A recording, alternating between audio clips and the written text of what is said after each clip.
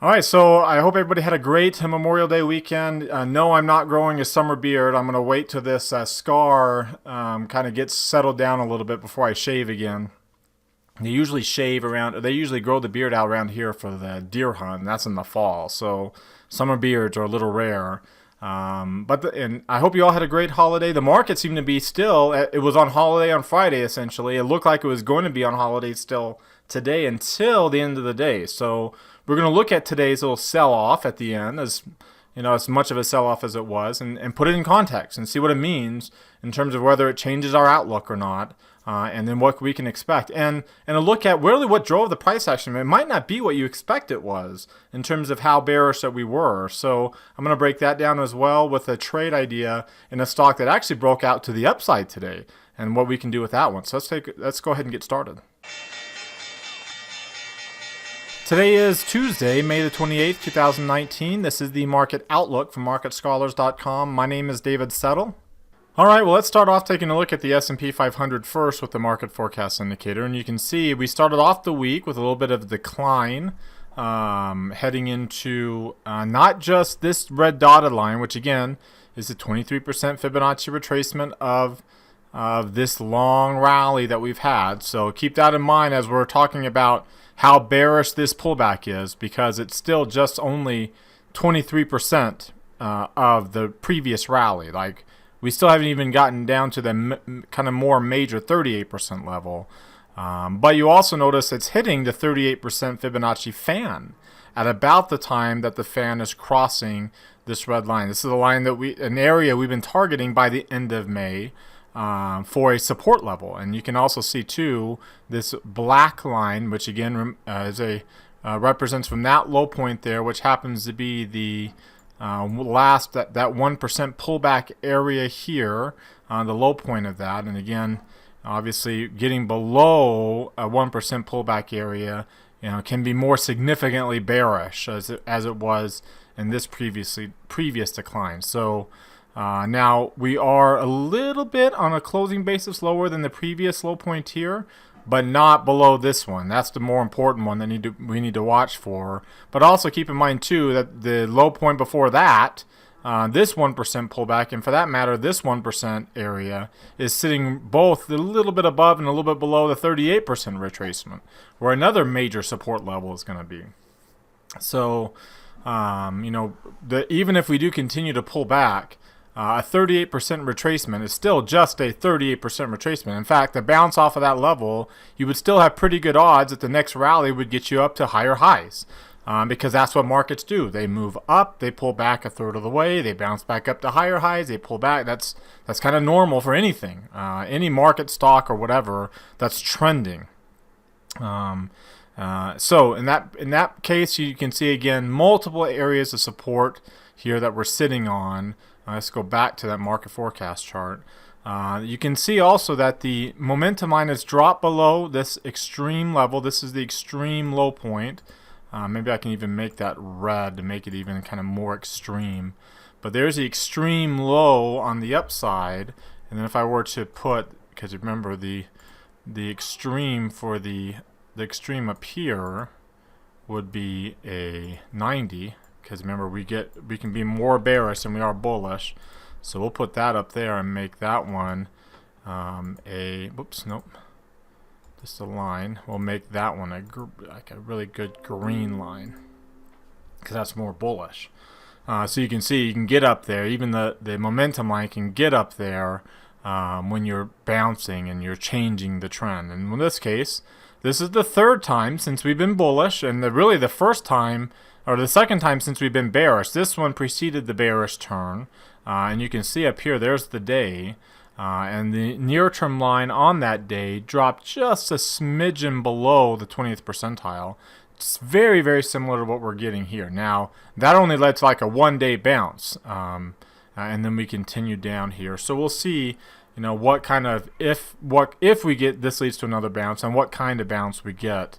But that is, a more significant low point. Now, obviously, you tend to get those when you're on these bearish moves, and this is the more significant one, because it kind of gave us an idea that we were changing the trend. But with the near-term line, it's barely dipping its toe under 20. It's not as bearish as it could be, and especially again when you're considering the multiple layers of support that we're sitting at here. Now, if we were to take a look, the market sentiment line is falling down. Again, we saw that before, and it's still up above 50, so it doesn't get too significant until it falls below 50. So that's what we'll keep our eye on. It will be hard for it to get below 50 unless we stay pretty bearish on this intermediate line. You'll notice here, if I were to go back, let's go back a few years so we can see these green lines, the dips that we get on the green line. And then what I'm going to do, there we go, so I'm going to show you just the green line. So you can see when we get this low, it doesn't stay this low for very long. Here's another time where it got down below 20 and came. This period over here of last year, it's kind of been the longest that we've had, and obviously it led to clusters, as some of these do. And then here's another one in 2016 and 2015. Obviously these levels here were both death crosses, just like here in October, well eventually in December especially, that we got the death cross, and then there's your dip there in 14. So you can see again, you get below 20 or you get towards 20, it doesn't stay down here, especially when it remains bull, and that was even too a pretty big decline in the early part of 2018. So just because we're down here on the intermediate line, don't expect us to stay down for very long, as we've seen previously in the past. This was actually one of the longer periods, and even then it was kind of an up and down during October. Then it took a while before this kind of rare 6 consecutive day. In fact, that was the most consecutive clusters we've had since March of 2009, to put that oversold condition in context there. So with that being said, we're oversold here in the short term according to the momentum line. We're dipping our toe there with the near term line. So we'll see if we get what kind of bounce we get. I don't expect us to bounce above 2,900 in a couple of days, but we can definitely bounce off of support here, at least in the short term, and head back up towards this kind of 2850 level again, and see if there might be some short term resistance in that area before eventually we get going. But that's kind of what I'm expecting to see, especially with a short holiday week like we have here. Let's take a look at the other indexes really quickly, and you can see that not getting down to new lows in the Russell, so not nearly as bearish there. And you can see the near-term line actually turned up there. The NASDAQ, which has been so bearish, also not dropping into the reversal zone after this extreme low. And then the Dow, which has been more bearish today. Again, near-term line not dropping. So again, puts in the context how bearish today is when we're not seeing a lot of the same follow-through on the other major averages. Okay, before we look at some other charts, I invite you to subscribe to our YouTube channel. Mouse over our logo right here in the bottom right corner of your screen, then hit that red subscribe button that pops out. Also, click the thumbs up icon down below our video. That tells us two things. Number one, you got something out of our video today. Number two, you want us to do the video again tomorrow. It's a quick, easy way to give us feedback. You can do that right now while you're watching. Number three, comment down below on anything that stands out to you from today's video. Join our daily Market Outlook email list. There's a link popping up there in the top right corner of your screen. Click on that link to subscribe. Follow me on Twitter for more content in between videos from day to day, and join our community, our Market Outlook community that we created on Facebook. Also, if you're watching our blog here on our blog post, you can like today's Market Outlook tweet. Just click this little heart right there. It opens up a new window. You can like tonight's Market Outlook tweet here. You can also click on this image, takes you to your Facebook account, and like today's Market Outlook Facebook post. And then finally, you can like it here in our community on MarketScholars.com by clicking on the heart right there. So 3 clicks, and it tells Twitter and Facebook that you want them to keep showing you our stuff. It's your way of making sure you see our stuff in your timelines from day to day that we put on those different social networks. Also remember too, over here we have our calendar of classes coming up tomorrow, a couple classes, and then you can see the rest of our calendar, and then our link to our Market Outlook forums that anyone can participate in, whether they're premium subscribers or not. Click on that link. You have to subscribe to our site, but you can do that for free by clicking under here where it says Join Market Scholars. Click on that image there.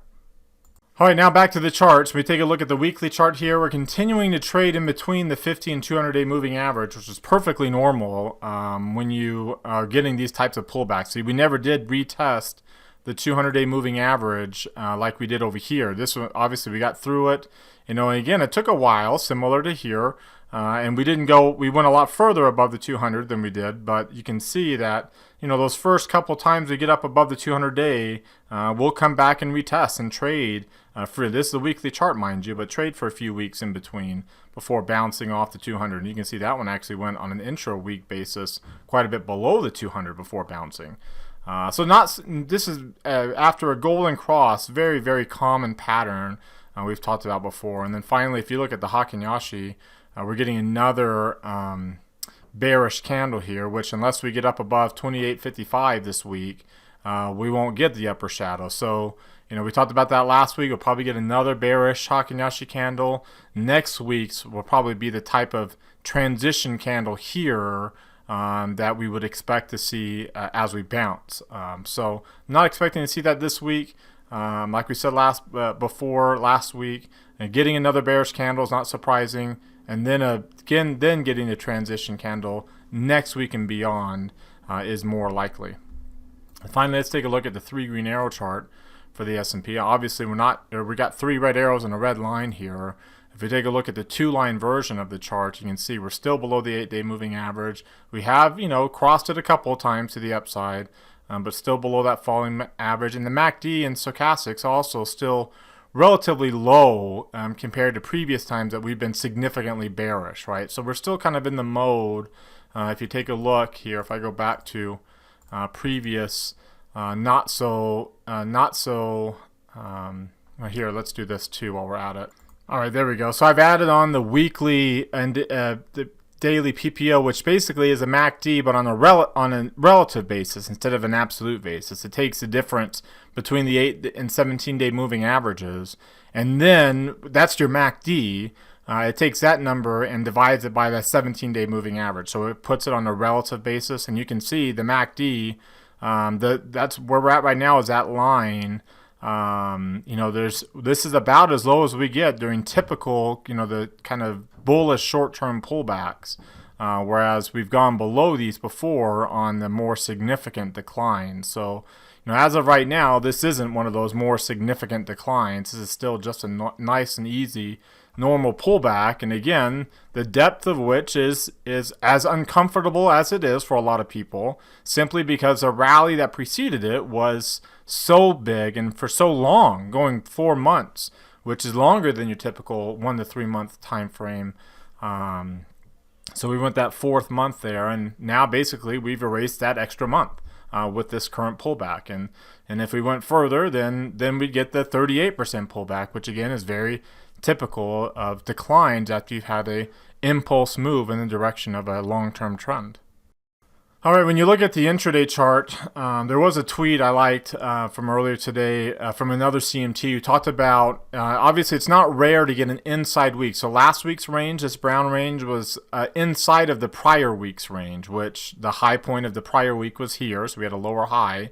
The low point of the prior week was here, so we had a slightly higher low. So that's an inside week.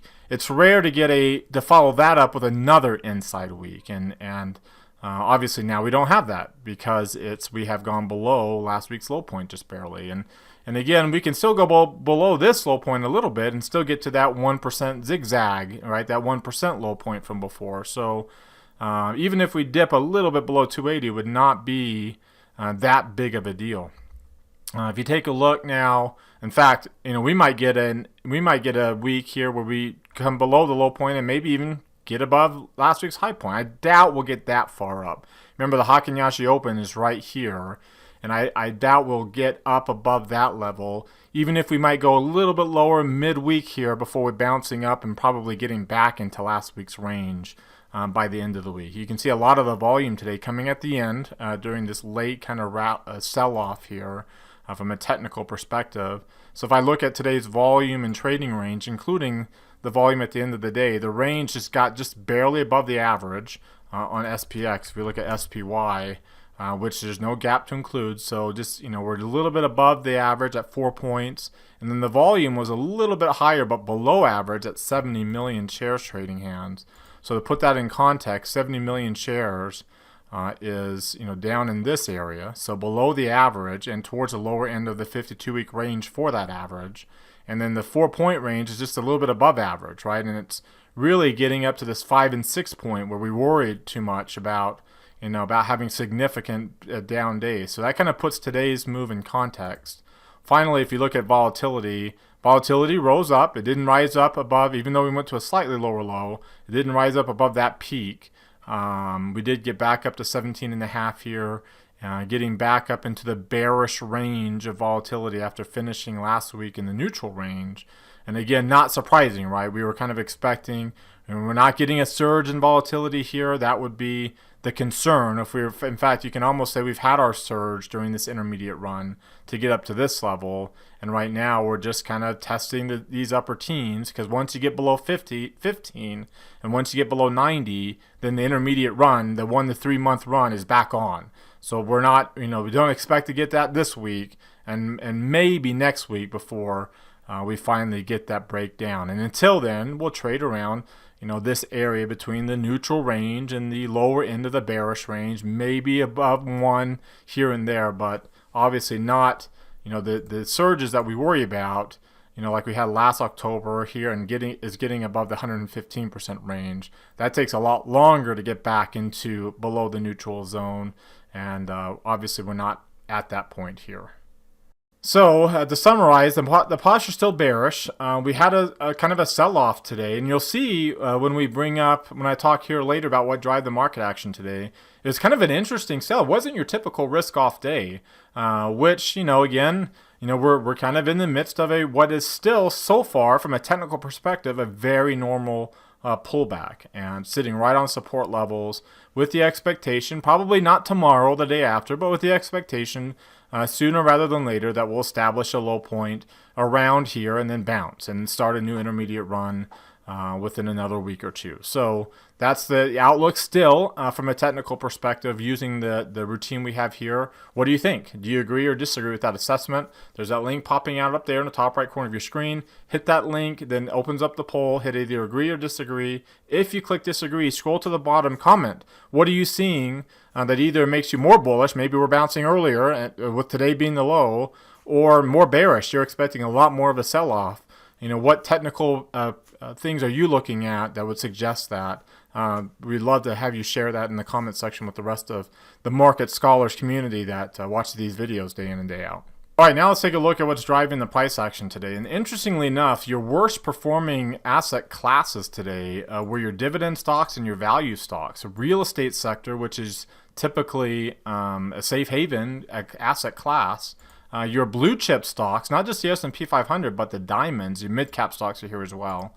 Again, neither one of these, or both of these, underperforming IWM. In fact, the S&P 500 itself underperformed IWM and growth stocks, which rallied. And gold was down with a little bit of a bounce in the dollar that we had after the last few days of bearish moves there. We'll take a look at that here in a second. So, and then developed markets, usually emerging markets would be down there, but they bounced today. So it's not your typical sell-off when you are in a risk-off mode.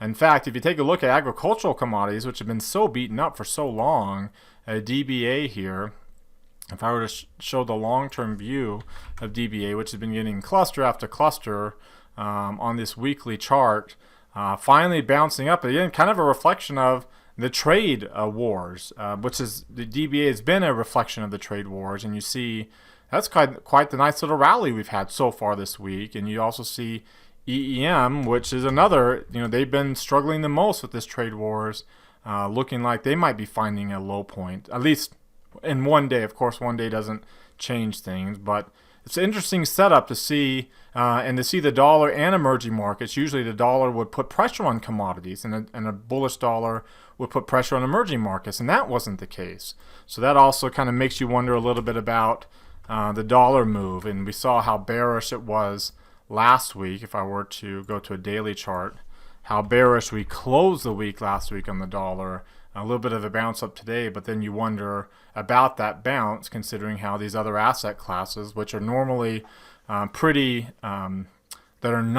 don't do too well with a bullish dollar, they held up very well. And long-term bonds, which bond yields usually go up with a strong dollar, bond yields obviously not going up today. And they're continuing their move down. In fact, to a kind of an extreme low point here, getting another cluster on the daily chart. And we've seen how bearish it is. And this would be another cluster again on the weekly chart. This is, to get this many clusters in a row on a weekly basis, if you were to go back a little bit, you can see it's not too often we get so many in a row. The last time was back here in 2011 during the credit crisis. So that's kind of how significant this 3 cluster in a row move has been the last 3 weeks, and not including the 3 clusters we had before that. So a little bit of a divergence going on here on a near-term basis on the weekly chart. But again, this kind of shows how how bearish those getting these clusters are. Again, very similar to this time frame in 2007 and 2008. And remember, that's kind of when the big sell-offs that we peaked in the stock market in 2010. The bond market started to price in the rate cut at that point. And if you look here at the odds for a rate cut, they're now over 80%, 81% as of right now. We'll see if this ends up holding, but crossing above 80% today, now at 80.2% on the futures contract for a rate cut by December. And you notice this actually starts to pick up by September. We get about a 50-50 chance, and you can see where now the odds for that one rate cut are picking up. Pretty, they're starting to ramp up here, and you can see even by October, the odds of one rate, even though the odds for a rate cut jump up, it's jumping up in these other areas for either 2 or 3 rate cuts. So, if we do get a rate cut, it's not expected to just be a one-off, according to the futures market right now. So it makes you think a little bit about, a similar pattern. Now, we're not nearly as bearish now as we were here. We are coming off 5.25% back then. And when we started the cut rates, we were coming off 3.25% this go around. And also keep in mind, too, that we are now below the Fed funds rate, the effective rate on the 10-year yield. It's a big inversion it has here.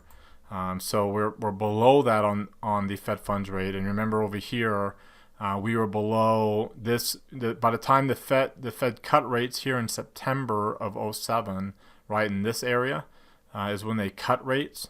So we had fallen quite a bit below the effective funds rate by the time the Fed cut rates. So that was kind of signaling to the markets then the Fed's going to really cut rates here in September. And the further we go down, the more likely we are. But again, if we kind of hold this level and bounce off these kind of divergent low points, which is actually pretty likely considering how bearish we are, how far away we are from these moving averages, like the 30-day or the 200-day moving average. You can see how bearish we are now. Again, barring some really significant low points, this is pretty low, and you can also see the divergences that are setting up on the PPO, which is again the relative MACD compared to where the 17-day moving average, not just the absolute value, which is what the MACD measures. So, divergence is setting up on these lows, getting as extended as we are at these levels. Typically that's a pretty high level to be away, barring a significant drop below these lows. And back then, the Fed raised rates once in 15, and then they didn't raise rates again until the end of 16, and then they had more of a regular schedule in 17 and 18. And keep in mind too that the economic surprise index is still pretty negative for the U.S., which means that the indicators are still coming in below estimates more often than not. And usually the indicators are dropping. Remember, the gradual trend has been to the downside. Now, if you look at today's indicators, which are green here on the Econoday's calendar, which means not as much significance themselves to volatility in the markets themselves, but you can see here's a year-over-year rate, and it's continuing to drop the price of housing. And then if you look at consumer confidence, though, most indicators right now look kind of like the house price, but look at the consumer confidence jumping up here, and that's an unexpected jump to the upside. It was expected to come up a little bit, but not nearly as much as it did. So kind of a surprise sentiment there considering the what's going on with trade with China and so far the weakness that we have. And for that matter, the a lot of times consumer confidence is coinciding with gas prices, and you can see a little bit of a drop in gas prices. Not significant, but a little bit of a drop in gas prices has boosted consumer sentiment a lot more than the negative drag the trade war might have had on it. Interestingly enough, if you look at the sector rotation today, the worst sectors, and I retweeted this out earlier, the worst sectors were the safe haven areas, healthcare, staples, utilities. The last time these three sectors, all three fell more than 1% and led the way to the downside was December the 24th of last year. That was a tweet that I retweeted out there if you follow me on Twitter.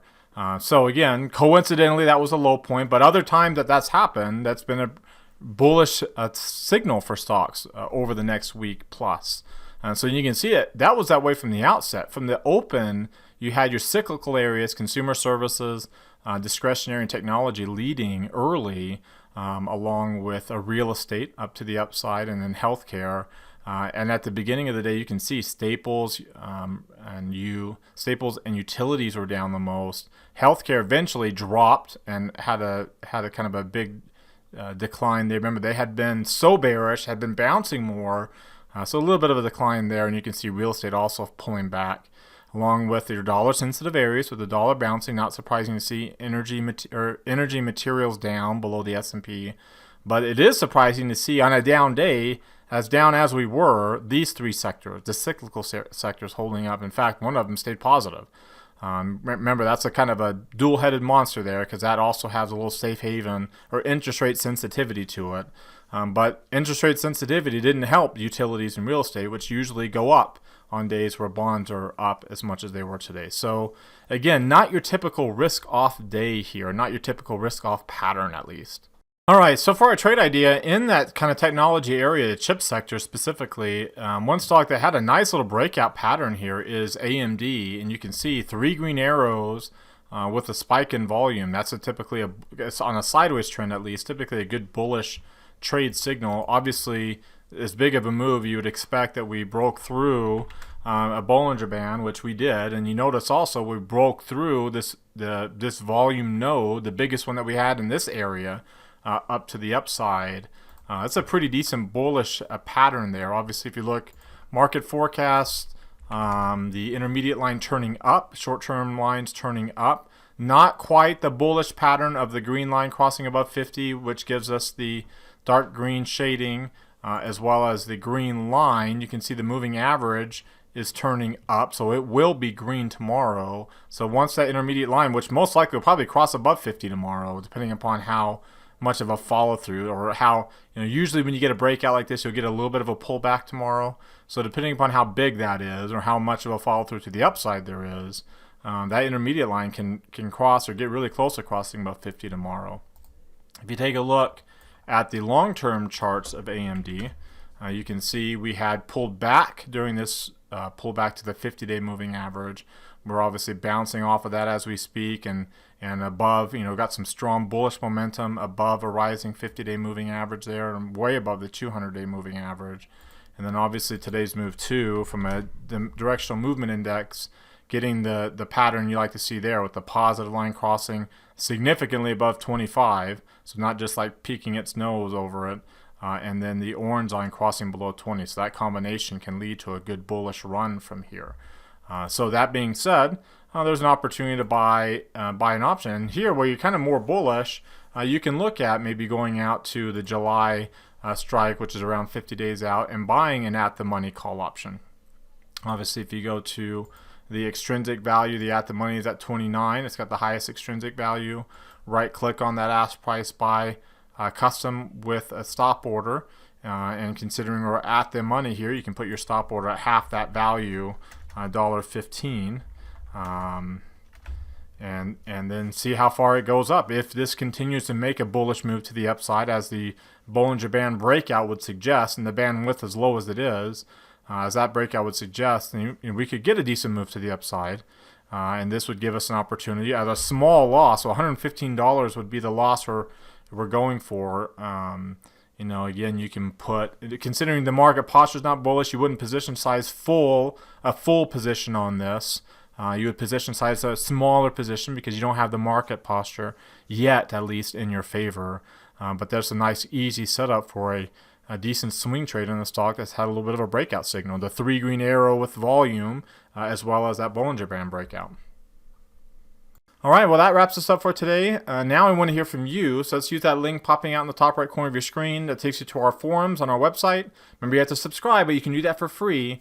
But open up any new thread there in our forums with any questions or comments from tonight's video, as well as if you have any questions or comments about something we didn't discuss in the video tonight that pertains to this discussion, open up a new thread there. And remember, you can always reply to anybody else's thread to keep that conversation going here with our Market Scholars community. As always, thank you very much for watching tonight. Remember to subscribe to our YouTube channel, click that thumbs up icon, and comment on the video. Follow me on Twitter for more in between videos, and then also join our community on Facebook that we've created for the Market Outlook community, as well as on our website at marketscholars.com. Have a great rest of your evening, everybody, and we'll see you all tomorrow.